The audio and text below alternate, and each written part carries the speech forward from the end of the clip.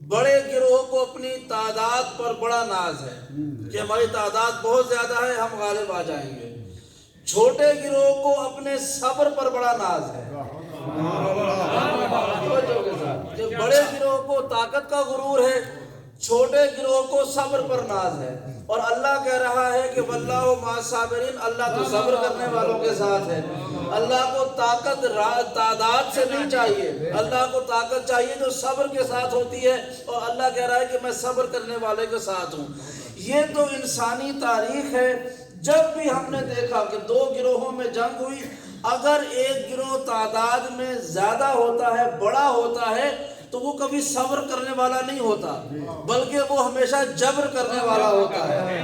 اور جو گروہ تعداد میں کم ہوتا ہے وہ جانتا ہے کہ ہم نے مارے جانا ہے، وہ جانتا ہے کہ ہم پہ مصیبتیں ہونی ہیں، لیکن وہ میدان چھوڑتا نہیں ہے، بلکہ اپنے اوپر ہونے والے جبر پہ صبر کرتا ہے اور وہ غالب آ جاتا ہے۔ خدا یہ کہہ رہا ہے اس لیے میں صبر کرنے والوں کے ساتھ ہوں، اس لیے یہ گروہ چھوٹا گروہ ہو کر بھی بڑے گروہ پر غالب آ جاتا ہے۔ اس کی پہلی مثال کون سی ملتی ہے؟ جنگ بدر کو دیکھ لیں۔ جنگ بدر میں لشکر اسلام صرف 313 پر مشتمل تھا، اور ابو سفیان کا لشکر 10,000 پر مشتمل تھا، پھر یا 4,000 پر مشتمل تھا۔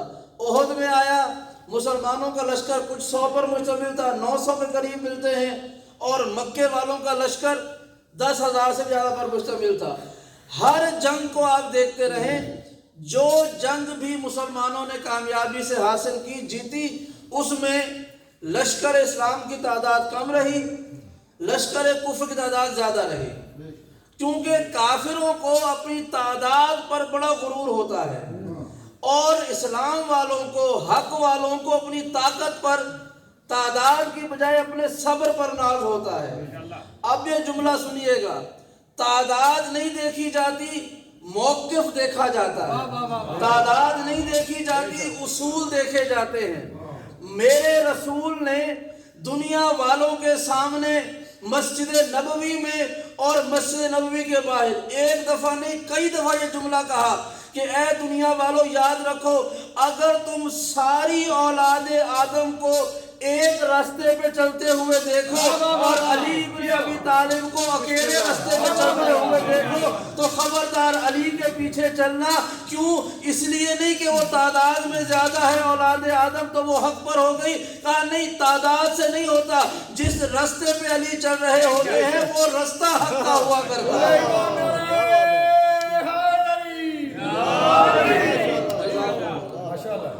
جزاکم اللہ۔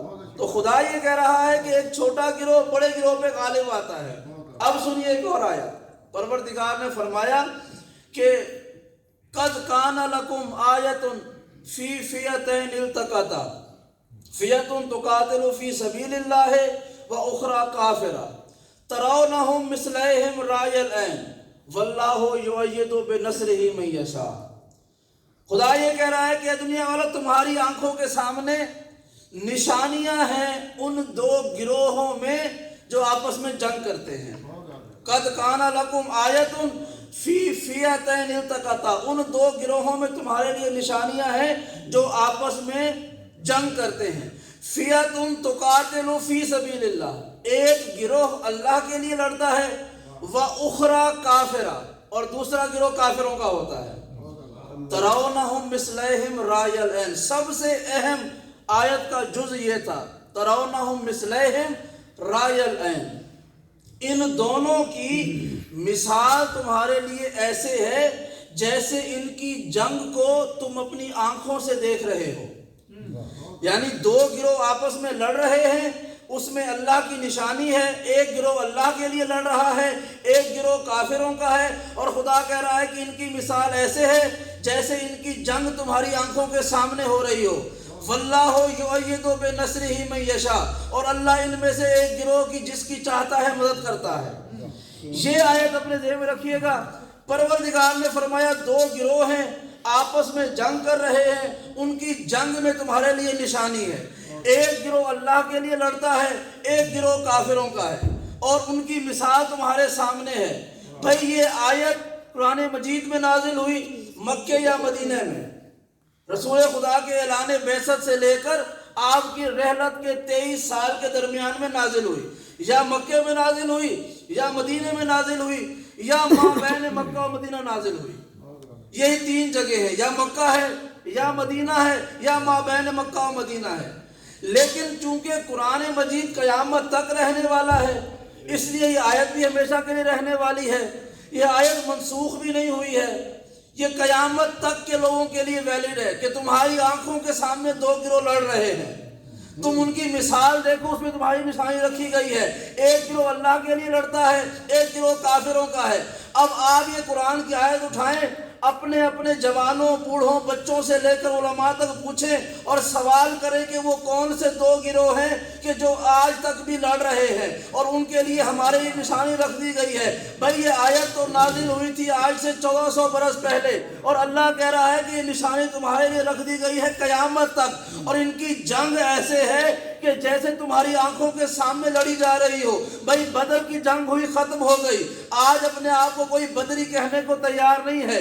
احد کی جنگ ہوئی، ختم ہو گئی، آج تک کوئی اپنے آپ کو احد کا جیالہ کہنے کو تیار نہیں ہے۔ خیبر و خندق کی جنگیں ہوئی، ختم ہو گئی، کوئی اپنے آپ کو خیبر کا فاتح کہلانے کو تیار نہیں ہے، کوئی اپنا تعارف یوں نہیں کر رہا تھا کہ میں خندق کے فاتحوں میں سے ہوں۔ لیکن ایک جنگ جو 61 ہجری میں لڑی گئی وہ آج تک ایسی زندہ ہے کہ 1400 برس کے بعد بھی جب مجلس عزا بچتی ہے، ساری دنیا سے پوچھو کہ تم کس گروہ کے لیے جا رہے ہو، وہ سینے پہ ہاتھ مار کر کہتا ہے کہ میں حسین کے لیے جا رہا ہوں۔ یعنی 1400 برس گزرنے کے بعد بھی آج بھی جو اس قرآن کی آیت کے مطابق اللہ کے لیے لڑ رہا تھا وہ سوائے حسین ابن علی کے کوئی نظر نہیں آتا۔ لبیک یا حسین، لبیک یا حسین، لبیک یا حسین، لبیک یا حسین، لبیک یا حسین، لبیک یا حسین۔ ایمان نعرہ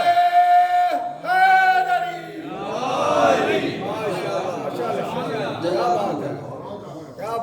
جزاک اللہ۔ آج آپ کو کہیں بدر کی یاد میں اجتماع نظر نہیں آئے گا، حالانکہ حق کے لیے لڑی گئی تھی۔ کہیں احد کے لیے مجمع لگا نظر نہیں آئے گا، کہیں خیبر و خندق کے لیے مجمع نہیں لگے جائیں گے۔ جہاں پر بھی مجمع ہوگا وہ کربلا کے لیے ہوگا، اور کوئی مجلس کے اندر بیٹھا ہو یا مجلس کے باہر کھڑا ہو، کوئی اس کے حق میں بولے یا اس کو بدعت کہے، اس سے پوچھو کہ تم حسین والے ہو یا یزید والے ہو، وہ مجلس حسین پر پتھر ضرور پھینکے گا لیکن کبھی اپنے آپ کو یزیدی نہیں کہے گا۔ وہ یہ کہے گا کہ رونا بدعت ہے، لیکن ساتھ میں یہ کہے گا کہ ہم بھی حسین والے ہیں۔ اور ابھی آپ نے یہ افغانستان کا منظر بدلتے ہوئے دیکھا، طالبان کے جو اپنے ظلم اور بربریت میں مشہور تھے، صرف اطلاع ملی کہ طالبان آنے والے ہیں، ہزاروں لوگوں نے ملک کو چھوڑ دیا، چونکہ تاریخ ہمارے سامنے ہے۔ لیکن انہوں نے کیا کہا؟ انہوں نے کہا کہ ہم اب پہلے والے طالبان نہیں رہے، اب ہم اچھے ہو گئے ہیں، اب ہم مارے پیٹیں گے نہیں، اب ہم ظلم نہیں کریں گے، اب ہم سر نہیں کاٹیں گے، اب ہم کوئی جبرن آپ پر قانون لاگو نہیں کریں گے۔ اور ثبوت کیا دیا؟ ثبوت کے لیے وہ امام بارگاہوں میں مجلس حسین میں آ گئے، تصویریں نیٹ پر موجود ہیں، مجلسوں میں کھڑے ہو کر کہہ رہے ہیں کہ دیکھو ہم تو مجلس میں بھی آئے ہوئے ہیں، ہم اچھے ہو گئے ہیں۔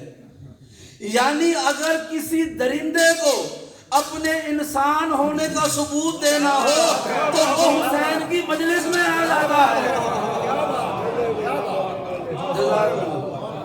صلوات پڑھ دیں محمد والے محمد۔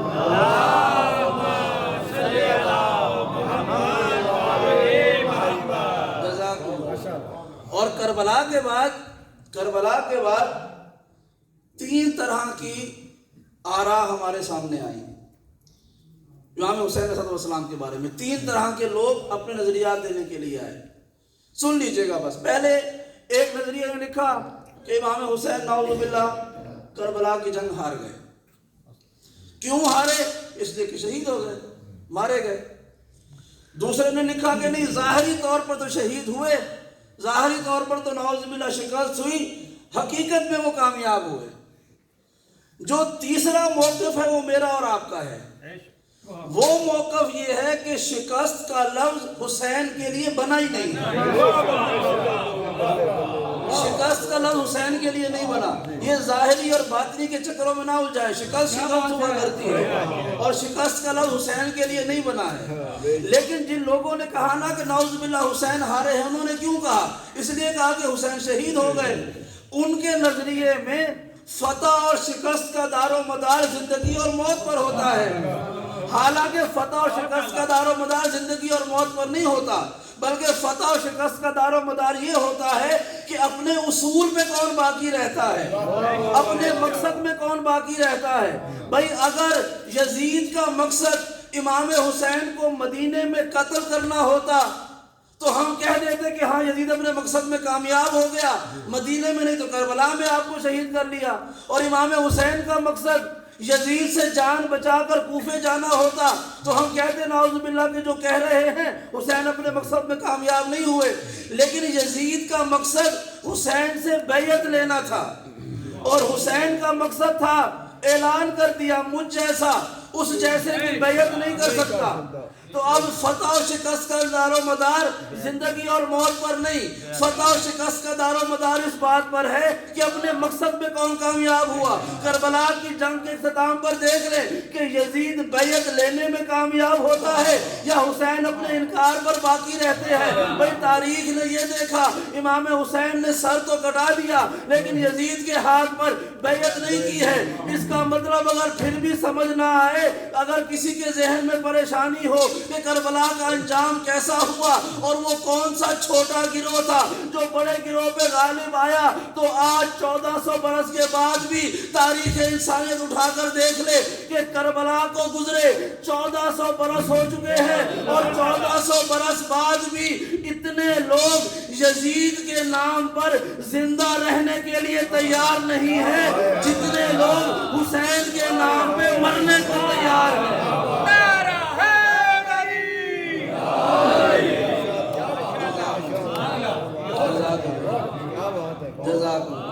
یہ حسین کی کامیابی ہے کہ اتنے لوگ یزید کے نام پہ جینے کو تیار نہیں جتنے حسین کے نام پہ مرنے کو تیار ہو گئے۔ اب آگے چلیے اس آیت کی طرف۔ جزاکم اللہ۔ پروردگار نے فرمایا ان دو گروہوں میں تمہاری یہ نشانی ہے کہ جو لڑتے ہیں، ایک اللہ کے لیے لڑتا ہے اور دوسرا کافر ہے۔ ایک اصول طے ہو گیا کہ اللہ کے لیے جو گروہ لڑے گا اس کے مقابلے پر آنے والا کافر ہے۔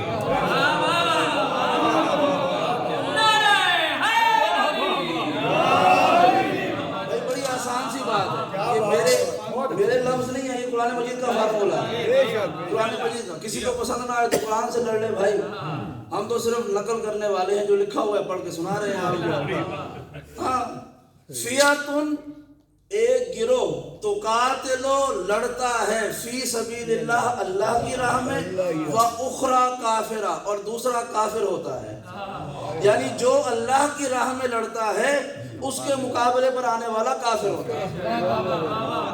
یہ ایک عسکری حقیقت بن گئی، قیامت تک کے لیے قانون بن گیا، فارمولہ بن گیا، کسوٹی بن گئی کہ جو اللہ کی راہ میں لڑتا ہے اس کے مقابلے پر آنے والا گروہ کافروں کا ہوتا ہے، چاہے ان کے نام کوئی بھی ہو، کوئی بھی نام۔ بھائی یہ دیکھیے، آپ یہاں پر ایک عام مثال دے دوں، یہاں بازار میں جاتے ہیں، اس پہ لکھا ہوا مثلا لکھا ہوا ہے مسجد ابو ہریرہ، مثال دے رہا ہوں، مسجد ابو ہریرہ۔ آپ اس میں داخل ہوئے، آگے گئے تو وہاں پر سنوکر ٹیبل رکھی ہوئی ہے، کیرم بورڈ رکھا ہوا ہے، ادھر شراب خانہ آ رہا ہے، ادھر میوزک پلے ہو رہا ہے۔ آپ کہیں گے بھائی باہر تو لکھا ہوا ہے مسجد ہے، اندر آئے ہیں تو صورتحال ہے۔ حالانکہ ہمارے یہاں مسجد کے قوانین ہیں، ہمارے یہاں شریعت ہے مسجد کی۔ میں نے ایک چھوٹی سی کتاب تحریر کی ہے شریعت مسجد، جس میں مساجد کے بارے میں قوانین شریعت ہیں قرآن و حدیث کی روشنی میں، کہ مسجدوں کا کیا احترام ہوتا ہے، قانون شریعت ہے الگ مسجد کے حوالے سے۔ تو باہر لکھا ہوا ہے یہ مسجد ہے، یعنی اللہ کا گھر ہے، آپ اندر گئے شیطان والے کام ہو رہے تھے۔ تو اب بتائیے جتنے قوانین مسجد کے لیے ہیں کیا وہاں پہ لاگو ہوں گے؟ نہیں لاگو ہوں گے۔ بھائی نہیں ہو سکتے. کیوں؟ اس لیے کہ اگرچہ نام مسجد لکھا ہوا ہے لیکن جو اندر ہو رہا ہے یہ اللہ والا کام نہیں ہے, یہ مسجد والا کام نہیں ہے. یعنی خالی نام سے حکم لاگو نہیں ہو جاتا, جو اندر ہے جب تک اس کی حقیقت سامنے نہیں آگی حکم لاگو نہیں ہو سکتا ہے. تو اب نام کو دیکھ کر آپ اس کے دھوکے میں تو آ سکتے ہیں کہ یہ مسجد ہے, لیکن جیسے ہی آپ کو اس کی حقیقت معلوم ہوگی آپ اس سے دور ہو جائیں گے کہ یہ نام اس کا اہل نہیں ہے. اب یہ قانون طے ہو گیا کہ صرف نام لگا لینے سے کسی کی حیثیت تبدیل نہیں ہو جاتی ہے. اب میں یہ سارا عقیدہ اپنے سر پر لے کر یہ جملہ کہنے لگا ہوں کہ صرف نام لکھ لینے سے شریعت قوانین تبدیل نہیں ہوتے. شریعت وہاں بدلتی ہے کہ جب اس کا اصل ظاہر ہو جائے. یہ بھی ایک مسجد ہے لیکن اگر کوئی اس کے باہر شرارت کر کے لکھ دے کہ یہ شراب خانہ ہے تو یہ شراب خانہ نہیں بن جائے گا, یہ مسجد ہی رہے گی, اس کا نام مسجد ہی رہے گا, اس کے قوانین مسجد والے رہیں گے. کیوں؟ چونکہ یہ اصل میں مسجد ہے. یعنی اگر آپ نام اپنے اصل کے متضاد بھی رکھ لیں تو شریعت کا عمل تبدیل نہیں ہوتا. شریعت اصل پر حکم دیتی ہے, نام پر حکم نہیں دیتی ہے. تو جس طرح شراب خانے کے باہر مسجد لکھ لینے سے شراب خانہ مسجد نہیں بن جاتا, اسی طرح دشمن اہل بیت کے نام کے آگے رضی اللہ لگا لینے سے وہ رضی اللہ نہیں ہوتا, لعنت اللہ علیہ.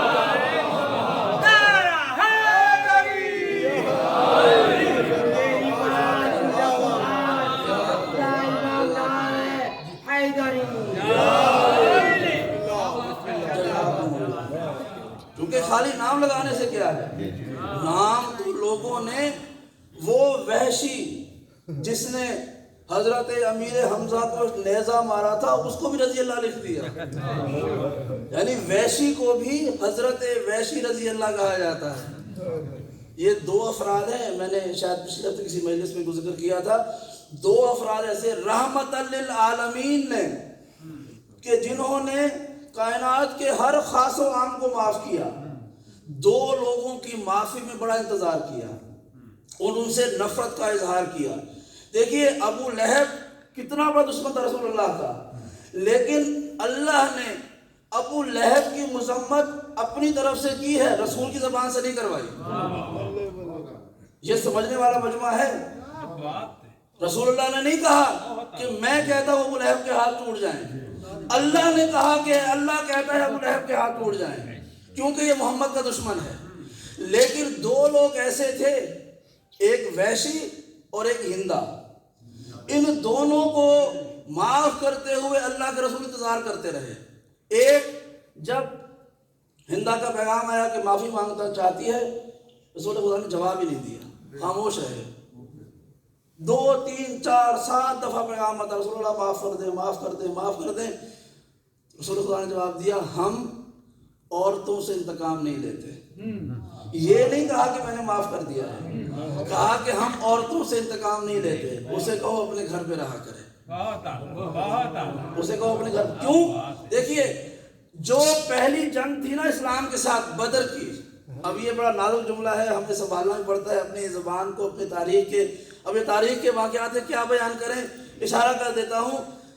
جو رسول اللہ کے ساتھ پہلی جنگ ہوئی اور جو علی مرتضیٰ کے ساتھ پہلی جنگ ہوئی, دونوں میں ایک چیز مشترک تھی. ایک چیز مشترک تھی. کیا مشترک تھی؟ جب جنگ بدر ہوئی ہے تو ہندا وہ تھی جو ایک گروہ کی سالار بن کے آئی تھی. وہ ایک گروہ کی سالار بن کے آئی تھی. بھائی طرح سمجھ لیجیے کہ یہ وہ پہلی عورت تھی کہ جس نے رسول کے مقابلے پر آنے کی رسم ڈالی تھی. گھر سے نکل کر جنگ کے لیے رسول اللہ سے کو گھر پہ رہا کرے. اور جب وحشی کو لایا گیا توبہ کرنے کے لیے فتح مکہ کے دن, 3 دن کے بعد آیا تھا, یہ چھپتا پھر رہا تھا. رسول خدا اس کو دیکھنا نہیں چاہتے تھے, سامنے آیا منہ پھیر لیتے تھے. یعنی رحمت للعالمین یہ عمل انجام دے رہا ہے. وہ رحمت کے جو عالمین کے لیے, صرف دنیا کے لیے نہیں, عالمین کے لیے رحمت بن کر آیا. کہا کہ رسول اللہ یہ معافی مانگنا چاہتا ہے, کسی اور طرف گفتگو کرنے لگے, کبھی دائیں رخ پھیرا کبھی بائیں رخ پھیرا, اور اس نے انتظار کیا بار بار. تو آپ نے کہا کہ اچھے سے کہو چلا جائے، پھر دوبارہ کوئی میرے سامنے نہ آئے۔ کتنی نفرت کا جملہ ہے، اسے کہو دوبارہ کوئی میرے سامنے نہ آئے، معاف کر دیا۔ لوگوں نے کہا رسول اللہ آپ باقی جو بھی آ رہے ہیں فوراً سے آپ انہیں معاف کر رہے ہیں، اس وحشی کے بارے میں آپ نے اتنی دیر کیوں لگائی؟ آپ نے کہا اس لیے کہ میں انتظار کر رہا تھا تم میں سے کوئی میرے معاف کرنے سے پہلے تلوار اٹھاتا اور اس کو قتل کر دیتا، میں انتظار کر رہا تھا۔ یعنی اس حد تک صلی اللہ علیہ وسلم کے دل میں اس کے لیے غم و غصہ تھا۔ یہ رحمت للعالمین۔ اب یہ دو شخصیات یہ بھی رضی اللہ ہیں، ہمارے یہاں کتابوں میں یہ دونوں بھی رضی اللہ ہیں، ایک انہو ہے ایک انہا ہے۔ بہرحال ہاں یہ ایک انہو ہے اور ایک انہا ہے۔ آج کے لیے بڑی بحث چلی ہوئی ہے نا کہ رضی اللہ انہو کون ہے، رضی اللہ عنہا کہاں ہے۔ اور بہرحال چلتے ہیں واپس اس آیت کی طرف۔ پروردگار نے فرمایا کہ ایک گروہ ایسا ہے فیۃ تقاتل فی سبیل اللہ، ایک گروہ ایسا ہے جو اللہ کے لیے لڑتا ہے، ایک گروہ اللہ کے لیے لڑتا ہے، وَأُخْرَى کافرہ۔ یہ طے ہو گیا، ابھی ہم کافر گروہ کی طرف بعد میں آتے ہیں۔ پہلے یہ طے ہوا کہ ایک گروہ زمین پر ایسا ہے جو اللہ کے لیے لڑتا ہے۔ اچھا اب جو اللہ کے لیے لڑتا ہے تو تفضل کا قاعدہ یہ ہے کہ اللہ بھی اس کے لیے لڑے۔ بھائی توجہ کے ساتھ، اللہ کا بھی تفضل کا قاعدہ یہ ہے کہ جب کوئی اللہ کے لیے لڑ رہا ہے تو اللہ کو بھی چاہیے کہ وہ اس کے لیے لڑے۔ اب ہم دیکھتے ہیں ہوا کیا۔ ابھی یہ آیت میں نے آپ کے سامنے پڑھی تھی، رسول اللہ، لوگوں نے الزام لگایا کہ نعوذ باللہ رسول اللہ دیوانے ہیں، فوراً سے آیت آ گئی محمد مجنون نہیں ہے، خبردار۔ لوگوں نے الزام لگایا رسول اللہ شاعر ہے، کہا کہ نہیں تو شاعر نہیں ہے۔ لوگوں نے الزام لگایا محمد بڑے سخت مزاج ہیں، فوراً سے آیت کہ نہیں تو ہرگز سخت مزاج نہیں ہے۔ لوگوں نے کہا نعوذ باللہ یہ کاہن ہے، کہا کہ ہرگز کاہن نہیں ہے۔ لوگوں نے کہا یہ ان پڑھ ہے، آیت آ گئی تو ان پڑھ نہیں ہے۔ یعنی لوگ اللہ کے رسول پر الزام لگاتے رہے، آیتیں آتی رہی۔ کسی نے کہا محمد کو ہذیان ہو گیا ہے، آیت آ گئی ما ضل صاحبکم وما غوی، خبردار تمہارا نبی کبھی گمراہ نہیں ہوا، کبھی کچھ نہیں بھولا۔ ایک نے الزام لگا دیا کہ محمد اپنا غصہ ہم پر نکال رہے ہیں، فوراً آیت آ گئی ما رمیت اذ رمیت ولکن اللہ رمی، یہ پتھر مارا یہ تم نے نہیں مارا، یہ میں نے مارا۔ یہ جو جتنے بھی رسول کی ذات پر حملے ہو رہے تھے اللہ ان کا دفاع کر رہا تھا۔ کسی نے کہا ہذیان ہے تو کہا نہیں ہذیان نہیں ہے، آیت بھیج دی۔ کسی نے کہا کہ اپنا بدلہ نکال رہا ہے، آیت بھیج دی۔ کسی نے کہا دیوانہ شاعر و مجنون ہے، آیت بھیج دی۔ کسی نے کہا گمراہ ہو گیا ہے، آیت بھیج دی۔ یعنی جو محمد کا مخالف ہو رہا تھا اللہ اس سے ناراض ہو کے اس کا انتقام لے رہا تھا۔ ابو لہب نے رسول اللہ کو دکھ پہنچایا، اللہ نے کہا اس کے ہاتھ میں توڑوں گا۔ اس کی بیوی رسول اللہ کی دشمن تھی، کہا کہ اس کو جہنم میں ڈالوں گا۔ یعنی محمد مصطفیٰ کی ذات پر جتنے حملے ہو رہے تھے ان کا دفاع اللہ کر رہا تھا۔ اور ایک موقع ایسا آیا کہ جب عیسائیوں نے کہا ہم اللہ کو نہیں مانتے، محمد خود بھی دفاع میں آ گئے، اہل بیت کو بھی دفاع میں لے کے آ گئے۔ اور یہ طے ہو گیا جب کبھی اہل بیت پر حملہ ہوگا تو اللہ دفاع کرے گا، جب اللہ پر حملہ ہوگا اہل بیت دفاع کرے گا۔ صلوات پڑھیں محمد و آل محمد۔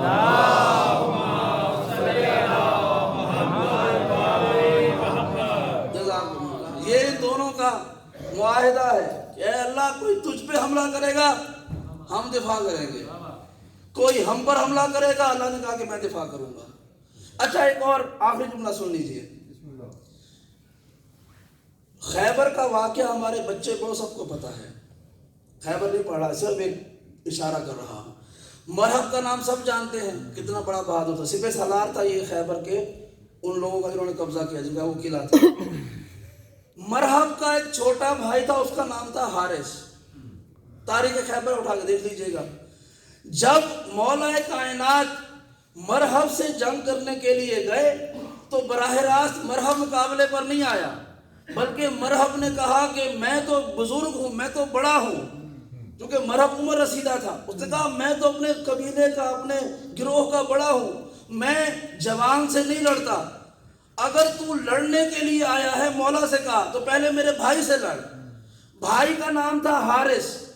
جب وہ حارث مولا سے لڑنے کے لیے آیا، مولا نے اس کو شکست دی اور اس کو ہلاک کر دیا, قتل کر دیا. یہ جو حارث آیا تھا نا, یہ رسول کا دشمن نہیں تھا. یہ جو حارث آیا تھا یہ علی کا دشمن نہیں تھا, بلکہ یہ حارث اللہ کا دشمن تھا.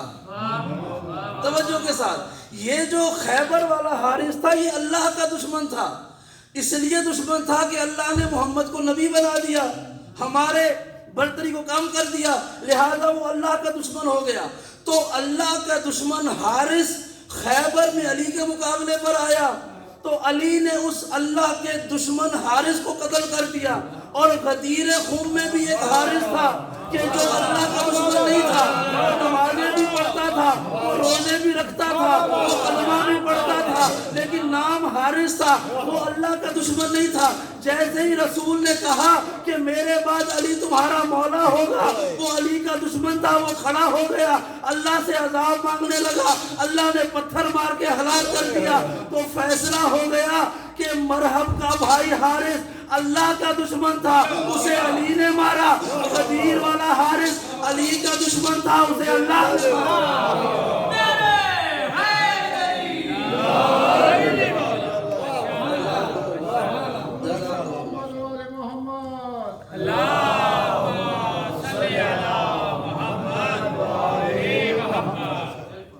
تو ان کے درمیان بڑا معاہدہ ہے کہ جو اللہ کے مقابلے پر آئے گا اس سے علی لڑیں گے, جو علی کے لیے عداوت رکھے گا اس سے اللہ لڑے گا. اب یہ تو طے ہو گیا نا کہ علی اپنے ذاتی دشمنوں سے نہیں لڑتے ہیں. علی جب بھی لڑتے ہیں اللہ کے دشمنوں سے لڑتے ہیں. تو اس کا مطلب ہے اب وہ رسول کی حدیث سمجھ میں آ گئی کہ اگر ساری اولاد آدم ایک رستے پر ہو اور علی دوسرے رستے پر ہو تو تب بھی حق علی کے پیچھے ہوگا. اس لیے کہ علی اپنی ذات کے لیے نہیں لڑتے ہیں, علی اللہ کے لیے لڑتے ہیں. اور جب یہ طے ہو گیا کہ جو اللہ کا دشمن ہے اس سے علی لڑتے ہیں, جو علی کا دشمن ہے اس سے اللہ لڑتا ہے, تو اب یہ نہ دیکھنا کس سے خطا اجتہادی ہوئی. علی اپنی ذات کے لیے لڑتے ہی نہیں ہیں. خطا اجتہادی وہ ہوتی ہے اگر مد مقابل آپس میں اقتدار کے لیے لڑ رہے ہوں. اگر علی نے مدینے میں تلوار اٹھائی ہوتی تو سب کہتے کہ علی اپنی حکومت کے لیے لڑ رہے ہیں. علی نے 25 برس کے بعد تلوار اٹھا کر کہا کہ میں اپنے لیے نہیں اللہ کے لیے لڑ رہا ہوں, لہذا قیامت تک کے لیے طے ہو گیا کوئی بھی علی کے مقابلے پر تلوار لے کر آئے یا علی کے فضائل کے مقابلے پہ اپنے فضائل لے کر آئے, وہ علی کا دشمن نہیں ہے, وہ اللہ کا دشمن ہے.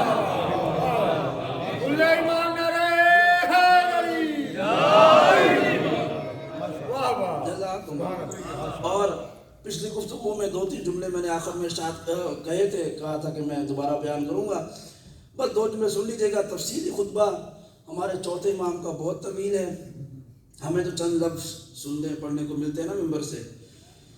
امام کا جو خطبہ تھا چوتھے امام کا, اچھا اگر آپ اجازت دیں تو میں آپ کو ایک اور واقعہ سنا چھوٹا سا. ہم سب لوگ دعائیں کرتے ہیں کہ پروردگار ہمیں جب ہمارے وقت کے امام ظہور فرمائے تو ہمیں بھی اٹھائے. دعا سب کی دعا ہے. ترجمے ساتھ دعائیں پڑھیں نا امام کے ظہور والی تو اس میں پتہ چلتا ہے کہ ہم کیا مانگ رہے ہیں. ہم یہ مانگتے ہیں کئی دعاؤں میں زیارتوں میں کہ پروردگار ہم مر چکے ہوں گے, اگر ہمارے امام تشریف لائیں گے تو اس وقت ہمیں قبروں سے اٹھا لینا تاکہ ہم ان کی معیت میں ان کے پیچھے سپاہی بن جائیں. لیکن کوئی عالم دین, مجتہد, کوئی ولی, کوئی فقیہ, کوئی بزرگ, کوئی ذاکر, نوحہ خان, شاعر, ادیب, کوئی ایسا نہیں ہے کہ جس کے بارے میں تصدیق ہو گئی ہو کہ یہ امام کے زمانے میں اٹھایا جائے گا. کوئی ایسا نہیں ہے. توجہ کے ساتھ, کوئی ایسا نہیں ہے جس کے بارے میں تصدیق ہو, حتمی طور پر کہا گیا ہو کہ فلاں شخص ضرور اٹھایا جائے گا. کسی کے بارے میں کچھ نہیں کہا جا سکتا. اپنی قسمت ہے, اپنے اعمال ہیں. یہ بڑے کرم کے ہیں فیصلے, یہ بڑے نصیب کی بات ہے کہ امام کے زمانے میں کس کو اٹھایا جاتا ہے سوائے 2 عورتوں کے. 2 عورتیں روئے زمین میں ایسی ہیں کہ جن کے بارے میں حتمی طور پر کنفرم ہے کہ جب امام آئیں گے تو ان کو اٹھایا جائے گا۔ اگرچہ یہ میرے موضوع سے ہٹ کر جملہ ہے، یہ بین القوسین جملہ ہے، یہ اس لیے کہہ رہا ہوں کہ میری زبان پر آ گیا، شاید اس کا کوئی مقصد ہوگا، کسی کے لیے پیغام ہوگا، جو میری زبان پر جملہ آ گیا۔ 2 عورتیں ایسی ہیں پورے روئے زمین میں کہ جن کے لیے حتمی طور پر ہے کہ امام کے زمانے میں اٹھائی جائیں گی اور امام کے لشکر میں یہ کام کریں گے۔ ایک فرعون کے زمانے کی عورت، یہ فرعون کے ایک مشیر یا وزیر کی بیوی تھی، اس کے 7 بچے تھے، صوبیہ یا سمیہ اس کا نام ملتا ہے۔ اس کے 7 بچے تھے، فرعون کے زمانے میں فرعون کے دربار میں رہتی تھی۔ ایک دفعہ فرعون کی بیٹی اور اس خاتون کی صوبیہ کی بیٹی کھیل رہے تھے آپس میں کہ اس کی بچی گر گئی، تو اس نے دوڑ کے اٹھا کر کہا بسم اللہ، اپنی بچی کو اٹھایا۔ تو فرعون کی بیٹی نے کہا کہ تو اللہ کو مانتی ہے، تو میرے باپ کو خدا نہیں مانتی؟ اس نے کہا کہ نہیں، میں تیرے باپ کو خدا نہیں مانتی، تیرا باپ کیسے خدا ہو سکتا ہے؟ اب تک ایمان کو چھپایا ہوا تھا، اب ایمان سامنے لے کے آ گئی۔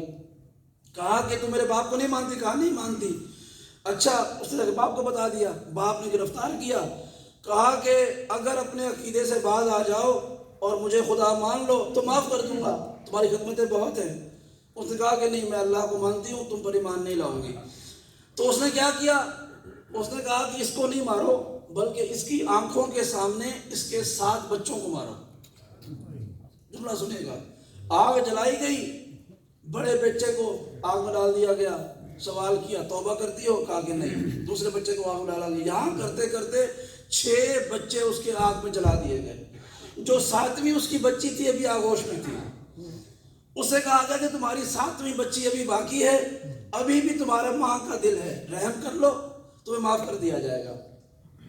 اس نے کہا کہ نہیں، معافی نہیں چاہیے، ہاں بس ایک گزارش ہے، اس 7ویں بچی کو میرے سامنے آگ میں نہ ڈالو، بلکہ اس کو میری آغوش میں رہنے دو، میرے ساتھ اس کو جلا دو تاکہ میں اس کی تکلیف کو نہ دیکھ سکوں۔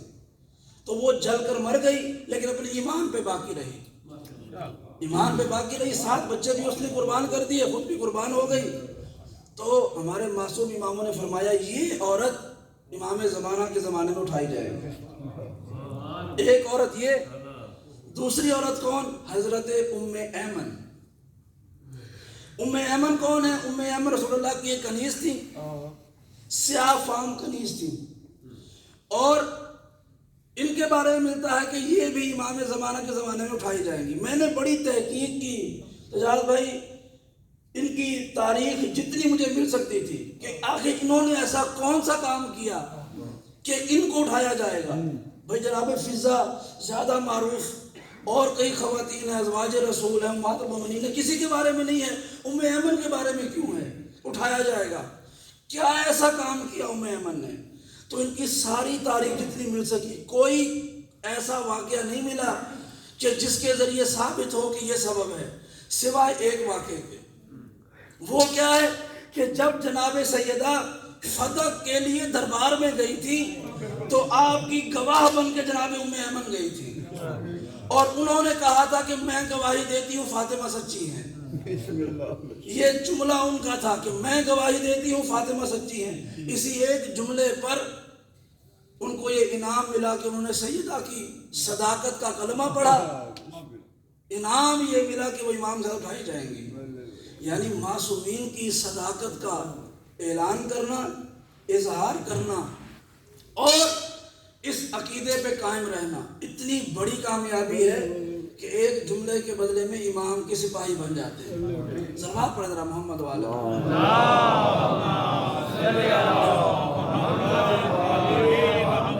2 جملے جو میں نے وعدہ کیا تھا وہ سنا دوں تاکہ گفتگو اختتام کی طرف جائے۔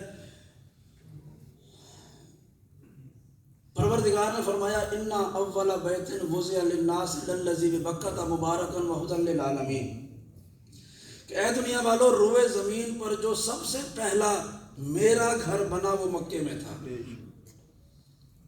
قرآن مجید کی آیت ہے، سب سے پہلا گھر جو مکے میں بنا، جو میرے لیے بنا وہ مکے میں تھا، بنایا گیا لوگوں کے لیے، مبارک ہے اور عالمین کے لیے ہدایت ہے۔ قرآن مجید کی آیت ہے کہ مکے میں میرا سب سے پہلا گھر بنا جو عالمین کے لیے ہدایت بھی ہے، لوگوں کے لیے مبارک بھی ہے۔ یہ گھر بنا مکے میں، اللہ کے رسول تشریف لائے مکے میں۔ جو بھی نبی اللہ کی طرف سے مبعوث ہو کر آیا ہے وہ مکے میں ضرور آیا ہے۔ توجہ کے ساتھ تاریخ انبیاء ہے کہ جو بھی نبی آئے ہیں وہ مکے میں ضرور آئے ہیں، چاہے وہ کسی بھی مقصد کے لیے کسی بھی قوم کے لیے آئے ہوں، وہ مکے میں ضرور آئے ہیں۔ آغاز حضرت آدم سے کیا اور حضرت آدم کی جو قبر پہلی بنی تھی وہ مکے میں بنی تھی، اس کے بعد وادی السلام لے جایا گیا جناب نوح کے زمانے میں۔ تو حضرت آدم مکے میں، آدم سے لے کے مصطفیٰ تک جتنے نبی آئے ہیں سب مکے میں آئے ہیں، اس لیے کہ اللہ نے فرمایا میرا پہلا گھر مکے میں ہے، انا اول بیت، پہلا گھر مکے میں ہے۔ جہاں پر خانہ کعبہ ہے اس کے بالکل اوپر آسمانوں پر 7ویں آسمان پر بیت معمور نام کا ایک گھر ہے کہ جو بالکل خانہ کعبہ کی شکل ہے، جیسا کعبہ ہے ویسا وہ بیت معمور بھی ہے۔ یہ آسمانوں پر ہے، یہ زمین پر ہے، وہ بھی اللہ کا گھر ہے، یہ بھی اللہ کا گھر۔ فرشتے بیت معمور کا طواف کرتے ہیں، انسان کعبے کا طواف کرتے ہیں۔ تو پہلا گھر جو بنا وہ مکے میں بنا اللہ کے لیے، جتنے انبیاء آئے مکے میں ہے۔ اب اللہ کے رسول کی حدیث سنیے، پروردگار نے فرمایا، رسول اللہ نے فرمایا کہ پروردگار نے ہر شے میں اپنی نشانی رکھی ہے، اور زمین والوں میں جو سب سے بڑی نشانی ہے وہ مکے میں ہے، جو سب سے بڑی نشانی ہے وہ مکے میں ہے۔ یہ نہیں بتایا کہ وہ نشانی کہاں پر ہے، مکے میں کون سی جگہ پر ہے، صرف یہ کہا کہ وہ مکے میں اللہ کی سب سے بڑی نشانی ہے۔ کعبے کے بارے میں کہا کہ اللہ نے کہا کہ میں نے اپنا گھر بنایا کعبے کو، اور اسے اپنے لوگوں کے لیے مبارک بنایا، عالمین کے لیے رحمت بنا دیا۔ فیہا آیات بینات، کعبے کے اندر میں نے اپنی بڑی نشانیاں رکھ دی ہیں۔ میرا گلا تھوڑا سا ساتھ نہیں دے رہا، لیکن آپ میرا ساتھ دے دیں، کوئی بات نہیں، ہو جاتا ہے۔ خدا صلوات پڑھ دیں محمد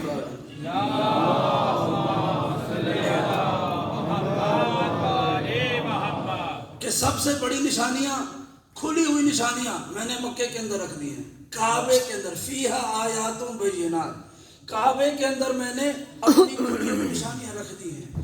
یہاں کہہ رہا ہے پہلا گھر مکے میں بنایا، اور ساتھ کہہ رہا ہے میں نے اسی کے اندر اپنی سب سے بڑی نشانیاں رکھ دی ہیں۔ یعنی توحید کا آغاز ہوا مکے سے، نبوت کا آغاز ہوا مکے سے، رسالت کا آغاز ہوا مکے سے، عقیدہ توحید ہمیں ملتا ہے مکے سے۔ دنیا میں آپ عیسائی ہو جائیں لیکن مکے سے تعلق ضرور ہے، چونکہ اللہ کا گھر یہاں پر ہے۔ یہودی ہوں گے ان کا تعلق مکے سے ضرور ہے، اللہ کا گھر یہاں پر ہے۔ مسلمان ہوں گے تعلق مکے سے ضروری ہے، چونکہ اللہ کا گھر یہاں پر ہے۔ شیعہ سنی کوئی بھی فرقہ ہو اس کا تعلق مکے سے ضروری ہے، چونکہ وہ اللہ کے گھر سے منسلک ہوتا ہے، اور اللہ کا گھر مکے میں ہے۔ اللہ کہہ رہے ہیں میں نے اپنا پہلا گھر مکے میں بنایا، رسول کہہ رہے ہیں سب سے بڑی نشانیاں مکے میں رکھی ہیں۔ خدا کہہ رہا ہے میں نے کعبے کے اندر اپنی سب سے بڑی نشانیوں کو رکھ دیا ہے۔ نشانی کہتے ہیں اسے جسے دیکھ کر اصل یاد آ جائے، نشانی کہتے ہیں اسے جسے دیکھ کر اصل یاد آ جائے۔ اب مکہ اگر اللہ کی نشانی ہے تو مکے کو دیکھ کے اللہ نظر آنا چاہیے، توجہ کے ساتھ۔ اگر کعبہ اللہ کی نشانی ہے تو کعبے کو دیکھ کر اللہ کی یاد آ جانی چاہیے۔ اور پروردگار کر ان الصفا والمروہ من شعائر اللہ، صفا اور مروہ اللہ کی نشانیاں ہیں، یعنی صفا کو دیکھو اللہ کو یاد کرو، مروہ کو دیکھو اللہ کو یاد کرو۔ اب یہ کتنی نشانیاں مکے میں جمع ہو گئیں۔ خود مکہ شہر کہ جس کی اللہ نے قسم کھائی ہے، لا اقسم بہذا البلد وانت حل بہذا البلد، میں کیوں نہ قسم کھاؤں اس شہر کی کہ تو اس شہر میں رہتا ہے۔ یعنی مکے کو نشانی کہا، پہلا گھر یہاں بنایا، اس کی قسم بھی کھائی، کعبہ یہاں پر بنا دیا، کعبے میں نشانیاں رکھ دی، صفا و مروہ کعبے کے درمیان بنا دیا۔ یہ سب کچھ کس کے لیے ہو رہا ہے؟ یہ سب کچھ ہو رہا ہے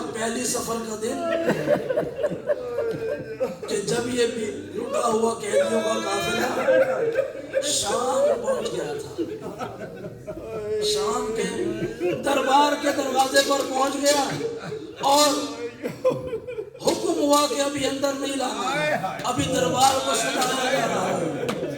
عزاداروں قیامت تک کے لیے رونے کے لیے جملہ کافی ہے کہ علی کی بیٹی سے کہا گیا دروازے پہ انتظار کرو، دربار سجایا جا رہا ہے، ابھی دربار سجایا جا رہا ہے۔ خدا کی قسم اگر یہ 36 گھنٹے جو دروازے دربار کے باہر کھڑے رہے ہیں نا، اگر صرف یہ 36 گھنٹوں کا حال سن لینا، ہم قیامت تک ہنسنا بھول جائیں گے، ہم قیامت تک ہنسنا بھول جائیں گے۔ اور ایک جملہ سنا دوں، جب کربلا سے نکلے تھے نا، شہزادی زینب اپنے پاؤں پہ چلتی رہی ہے، 1600 میل پاؤں پہ چلتی رہی ہے، کسی جگہ پہ گری نہیں ہے، لیکن 36 گھنٹے دربار کے دروازے پہ کھڑی رہی۔ جب دربار میں داخل ہونے کا وقت آیا، علی کی بیٹی پاؤں پہ سنبھل نہیں سکی، گھٹنوں کے بل زمین پہ۔ اجرکم اللہ، اجرکم اللہ، اجرکم اللہ۔ دربار میں ایک منظر ایسا آیا، قیدیوں کو لایا گیا، سب قیدی آ گئے اور سب کا تعارف ہونے لگا۔ تعارف کیسے ہوا کہ یزید تخت پہ بیٹھا ہوا ہے، سپاہیوں سے کہہ رہا ہے بتاؤ ان میں مرد کون ہے اور عورتیں کون ہیں، اور ایک ظالم یزید کے پہلو میں کھڑا ہوا۔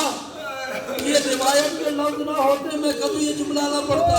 یزید کے پہلو میں کھڑا ہوا، انگلی کے اشارے سے بتا رہا تھا کہ یہ علی کی بیٹی زینب ہے، یہ علی کی بیٹی کلثوم ہے، یہ حسین کا بیٹا سجاد ہے۔ اجرکم اللہ۔ ایسا آیا کہ جب تعارف ہوا کہ یہ جو چھوٹی سی بچی کھڑی ہوئی ہے یہ حسین کی بیٹی سکینہ ہے، اجرکم اللہ، یہ حسین کی بیٹی سکینہ ہے۔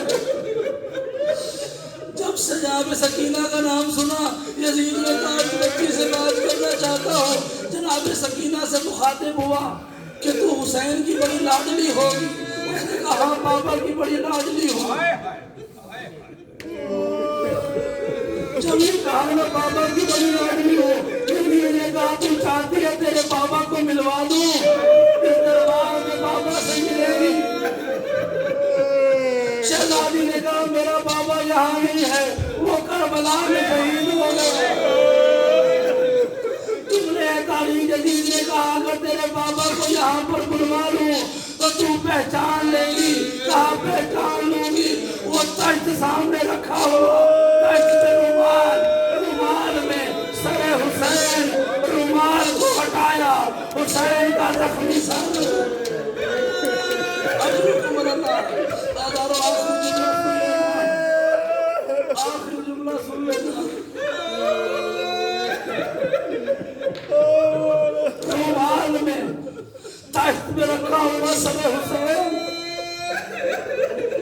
اور جناب سکینہ سامنے کھڑی ہوئی۔ جناب زینب نے جب یہ منظر دیکھا اپنے بندے ہوئے ہاتھوں کو شہزادی سکینہ کی آنکھوں میں رکھ دیا۔